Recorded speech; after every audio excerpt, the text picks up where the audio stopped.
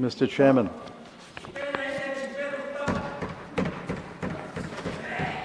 Mr. Chairman, I'm honored that my party has asked me to start the debate on the budget.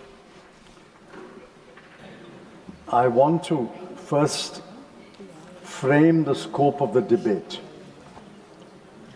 Under the rules and the tradition of this House, in a budget discussion, every subject, every ministry, every department for whom money is allocated and an appropriation is sought can be discussed. I think the House will agree with my framing of the scope of the debate. The first point I wish to make is the economic survey is prepared by the Economics Division of the Finance Ministry. A lot of people put on a lot of work and do a lot of research and analysis to prepare the survey. It runs to over 700 pages. The narration is about 450 pages, and the statistical appendix is about over 200 pages. I wonder whether the government and its key ministers read the economic survey. The most charitable view is that they don't care for the chief economic advisor. The uncharitable view is that while the chief economic advisor is bringing the government down to earth, what is happening around the country, I think the government and the ministers want to soar high and reach another planet as if we are not living on earth. There are a number of challenges listed in the economic survey. I'll take up only 4 challenges. Capital investment. For some years now, for almost 12 years, capital investment, gross fixed capital formation, is stuck at 30% of GDP. Net FDI in 2024-25 has collapsed to less than 0.09%. FPIs, foreign portfolio investors, are pulling out. Private investment, although companies are cash rich, is stuck at 22% of GDP. In this situation, where neither the public sector, nor the private sector, nor the foreign investor is investing in India, this government has cut capital expenditure.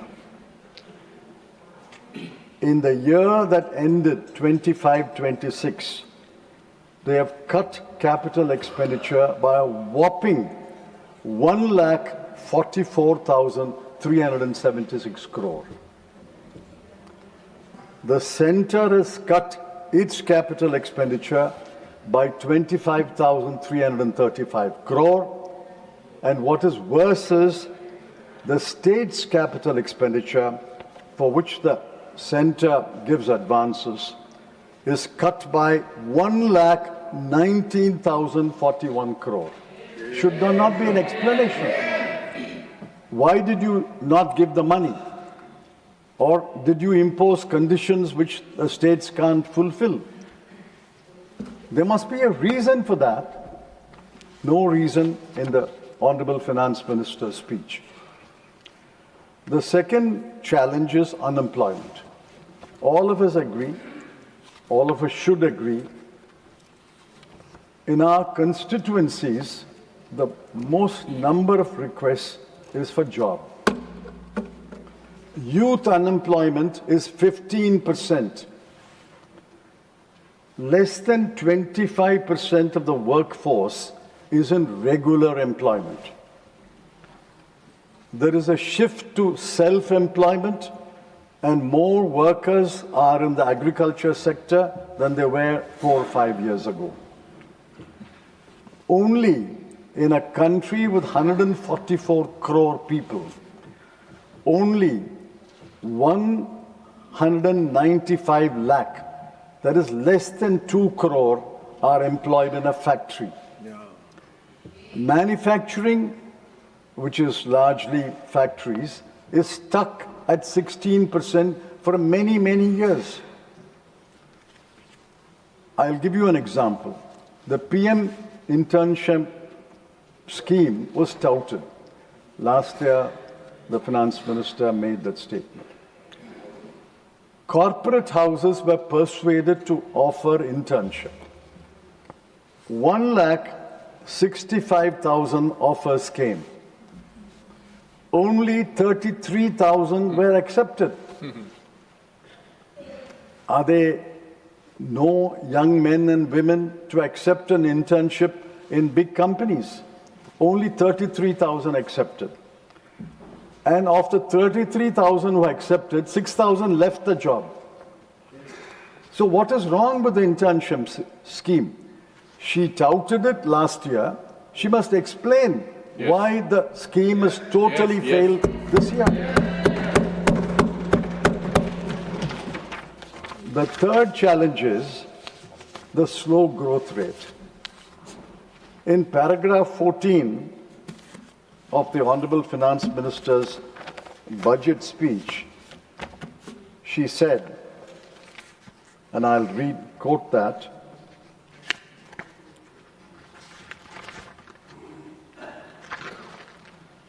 the Reform Express is well in its way and will maintain its momentum to help us fulfill our kartavya.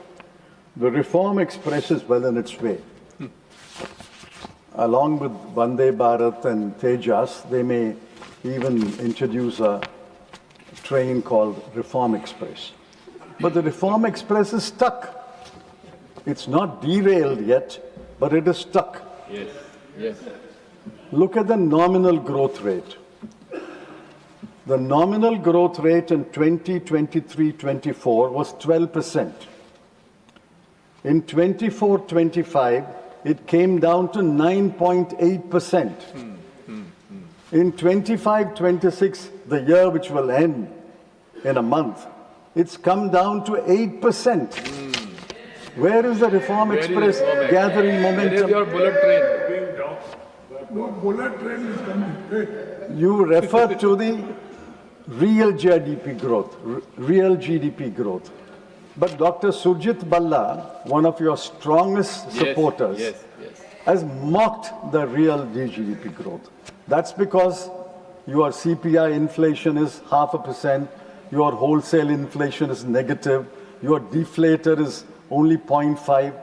With these numbers, you can always make a GDP growth.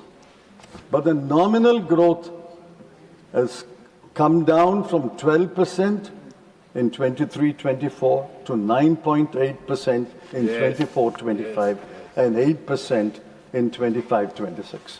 I'm glad the Honorable Finance Minister is there. I'm pointing out, Madam, that your paragraph 14 of your budget speech is totally wrong and unacceptable. Yes. The last challenge, there are others who will touch upon the other challenges. You've got The 10 slow minutes left. fiscal consolidation. You can speak more. Now, fiscal deficit is a well-known measure, internationally accepted measure. I find that the government is moving away from fiscal deficit to debt to GDP ratio. Dr. Rangarajan, one of the most knowledgeable economists in this country, has pointed out that the two are interdependent. If fiscal deficit comes down, the debt to GDP ratio will also come down. the debt to GDP ratio comes down, the fiscal deficit will also come down. It's two sides of the same coin. I won't elaborate on that. The fiscal deficit in 25-26 is 4.4%. She has achieved her target. But next year, it will come down only to 4.3%. And the revenue deficit in the current year will be 1.5%. And next year also, it will remain at 1.5%. Now, what is the FRBM target? FRBM target is 3% of fiscal deficit. And the revenue deficit, the ideal is to eliminate the revenue deficit, but it can be up to 1%. At this rate of consolidation, which Dr. Rangarajan in a very analytical article has called out as a mockery. At this rate of fiscal consolidation, it will take 12 years to achieve the FRBM target. The FRBM target was last achieved only in 1 year, 2007-8, on the fiscal deficit. But since then, the fiscal deficit is ballooned, and then they're trying to bring it down. But at this rate of fiscal consolidation, it's like taking baby steps. Baby steps will not allow you to run 100 meters or 1,000 meters race. And then what saved the Honorable Finance Minister, not because of higher revenues, but because of higher financial discipline, what saved her was she cut total expenditure by 1 lakh crore, and the RBI gave a dividend of 3 lakh crore. Oh. That is how it saved the fiscal deficit. But for these cruel cuts in capital expenditure, but for the bonanza received from the RBI, the fiscal deficit will not be 4.4%, it will be 5.5%. Other challenges listed in the economic survey will be taken up by my learned friends. Now I'm looking for the Honorable Mr. Shivraj Singh Chauhan. I'm the Honorable Mr. C.R. Patil. I'm amazed.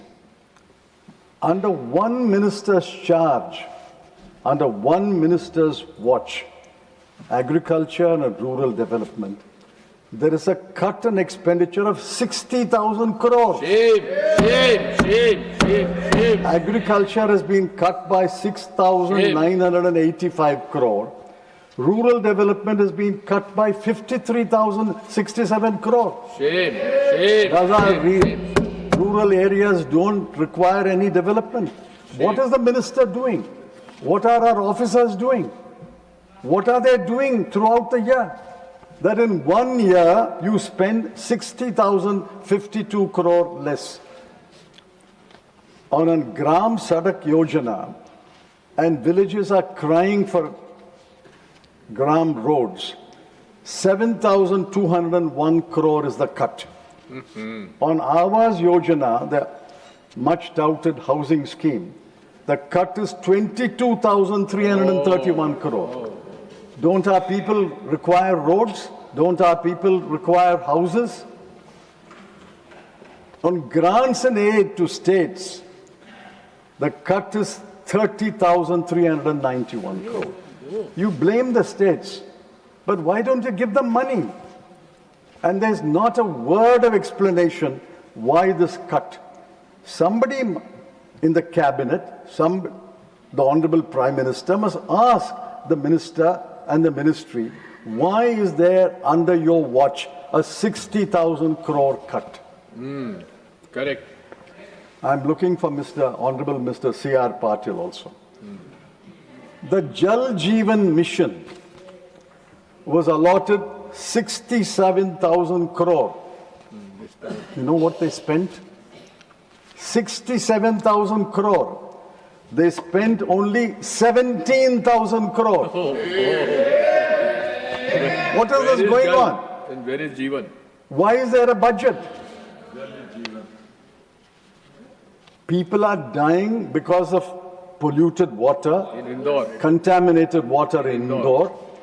Today we saw a story in the newspaper about a Dalit village in one of the states where 4 sisters committed suicide, and the reporter went to that village. It has no tap water, it has no public toilets, there are no personal housing toilets, Same. and then you don't spend on roads, you don't spend on housing, and the Jal Jeevan mission is cut 50,000 crore. Oh.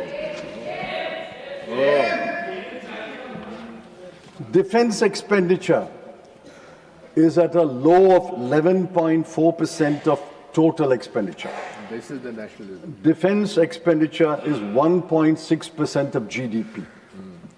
1.6% of GDP, and defense expenditure is 11.4% of TE, and this is an all-time low. Scientific departments, my good friend, a very suave friend, scientific departments did not spend 18,665 crore. Urban development did not spend 39,573 crore.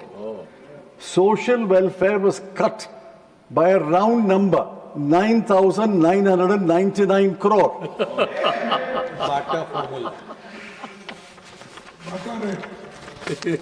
What are the ministers doing? Why are they not fulfilling programs and spending the money? Sir, I must compliment the Honorable Finance Minister. She has found a way.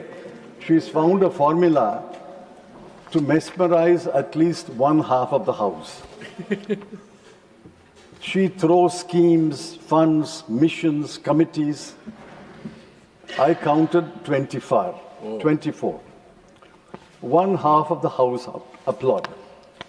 But here is the situation. In Biopharma Shakti, she has allotted 10,000 crore in the next 5 years. This is already complete. This government has already completed 2 years. It's only got 3 years.